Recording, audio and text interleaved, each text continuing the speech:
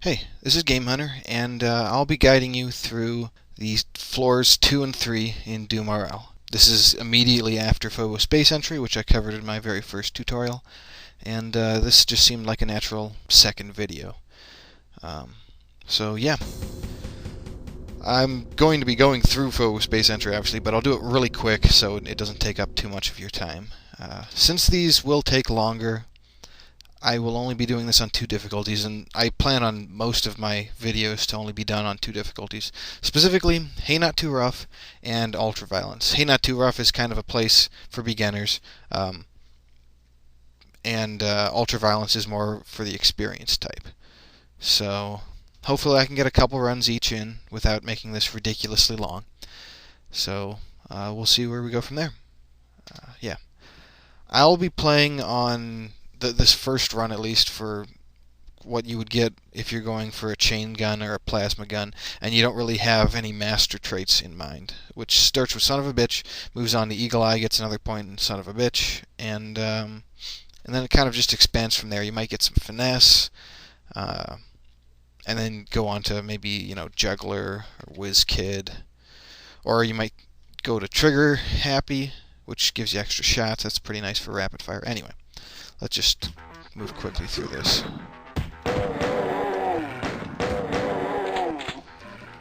I might take a couple of shots, but it's really no big deal. I like to pick up the ammo, especially if you're doing rapid fire. You want to just make sure you get as much ammo as you can.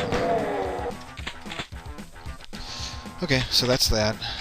Always just equip yourself with the shotgun, unless you're doing a pistol build, in which case you might as well just keep the pistol on, but I'm not, so just equip the shotgun.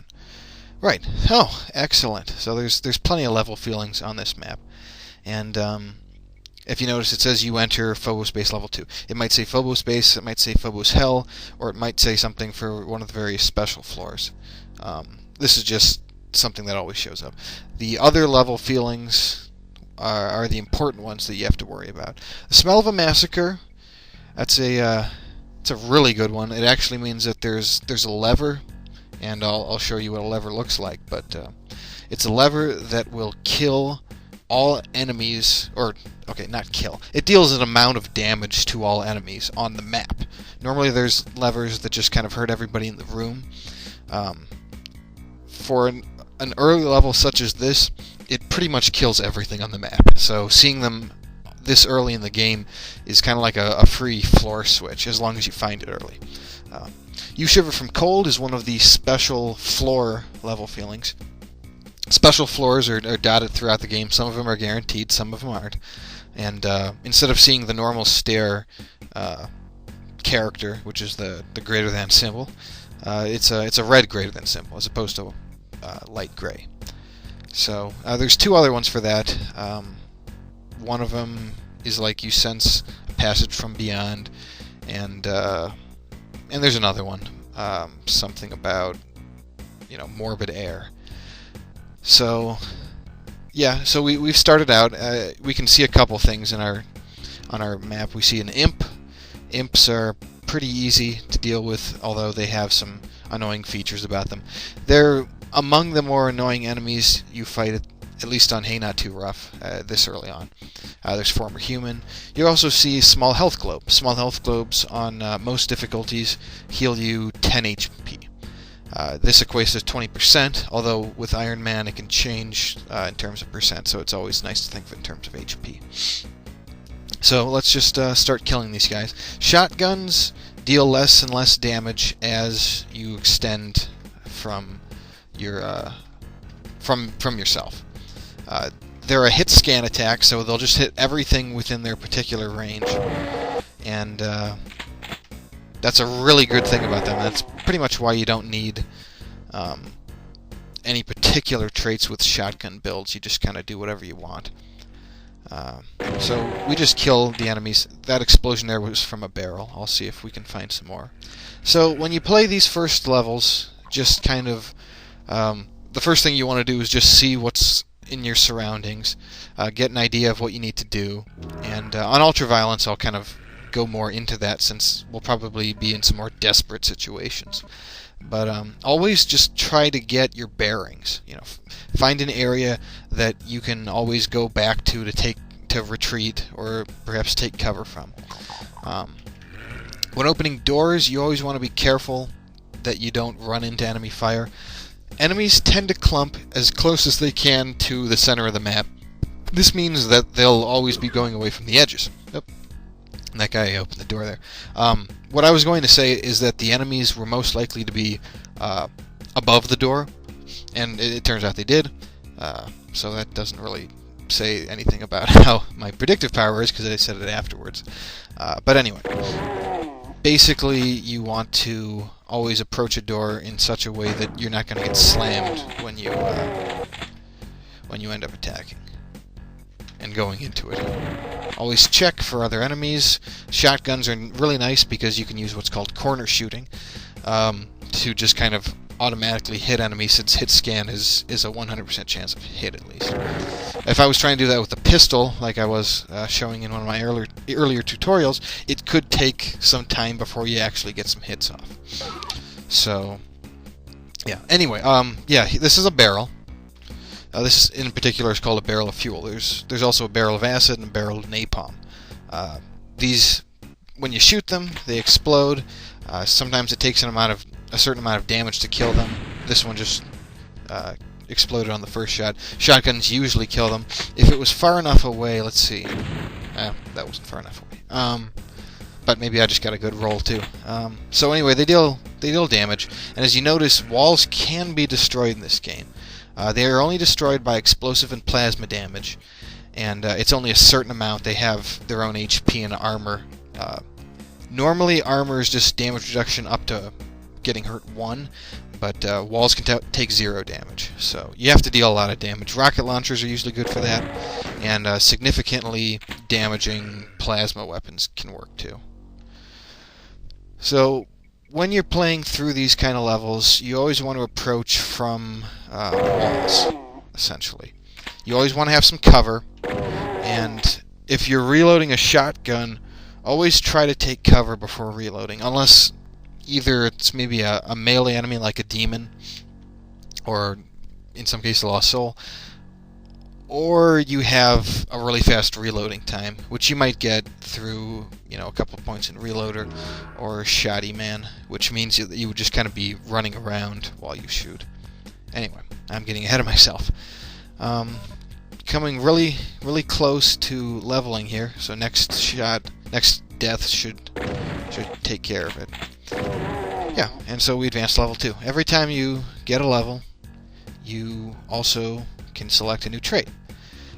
Just going with the rapid fire build that I'm planning on doing. I'll get Eagle Eye. I just remembered that I forgot to explain the most important level feeling.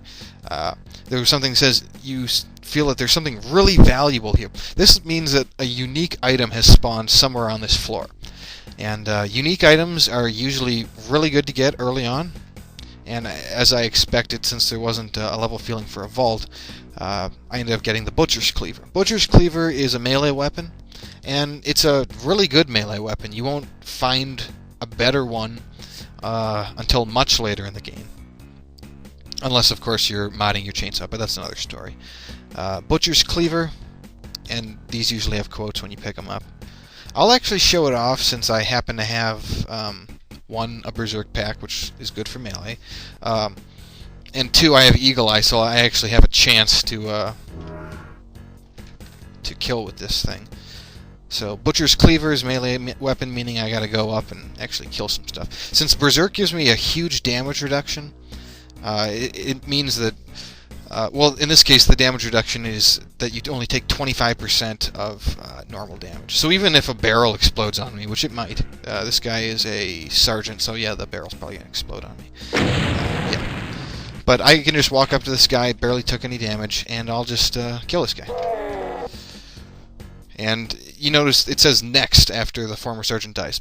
Butcher's Cleaver, it acts like the master trait Blade Master. For those of you who don't memorize that stuff, Butcher's Cleaver whenever you attack and kill something, it took 0 time to kill that enemy on the killing blow. Very, very useful in keeping your berserk time up. Very, very useful in killing things like groups of lost souls. And it also means that you don't have to worry about retaliation as long as you're killing the thing. So, I hear some guys on the right, so I'll just investigate that. I actually jibbed that guy, and jibbing means that he's not going to drop anything, but it also means he didn't leave a corpse either. And not leaving a corpse is awfully useful. What I did just there is kind of a sidestepping tactic. You never want to approach the enemy directly in movements left and right, but instead you want to zigzag, especially if it's a projectile enemy. And if you have Dodge Master, it pretty much guarantees you won't get hit by the enemy unless it's some kind of splash. So I just picked up a couple computer maps. Computer maps show the entire layout of the map, and you know, at this point it's not really useful, but if you get it early, it can really give you a good idea of what you should be watching out for. Things like, you know, rivers or... Oh, I should probably mention, rivers are kind of a new feature in the game, just included, I think, in this version. It might have been last, but whatever. And rivers can be water, acid, or lava, and they're just kind of interesting features. In the case of lava and acid, you do have to worry about taking damage, and sometimes... Usually there's a bridge, which is represented by these brown tiles. Sometimes there isn't. In those cases, you just kind of need to figure out where you're going and go there. So anyway, this is the lever, and this is the lever that would kill everything on the map. Smell of blood surrounds you means that it's what I call a blood lever, and it means it deals damage to everything. And in this case, it would have affected everyone on the map. Now, had I reached it early, I would have just killed a bunch of guys, and it would have been great because I would see all these death messages, and then I probably would have leveled up. So there's that. Moving on, I'm just going to equip the shotgun. I won't be using the Butcher's Cleaver from here on out. Also, I'm not going to be doing Hell's Arena because Hell's Arena deserves its own tutorial. Normally, I would go into Hell's Arena, I'd kill everything, I'd pick up a chain gun in there, and then I'd be able to start my rapid fire build. But I won't be doing that, so it'll probably be next tutorial anyway. So there's no level feelings here. This means there's no special floors, there's no vaults, there's no extra barrels, nothing like that. So there's a couple of imps. I'm going to... I guess I'll attack this imp here, because he'll take 2 shots. And there's a sergeant. He's kind of annoying. But I'll just have to take the damage, unfortunately. Now he's out of my vision, so I'll use this opportunity to avoid really getting hit by him too much. Alright, cool. Just get my bearings straight. Since there's some doors that are near the center of the map, you have to worry about enemies coming, say, from this area over here, or possibly these areas. Or even, I mean, any of these doors, but I would say the one on the left is definitely the one to worry about. In fact, there was an enemy right there. Now, with the shotgun, you should often be positioning it in such a way that you can hit the enemy you're firing at, and also any enemies you think may be out of your vision. So,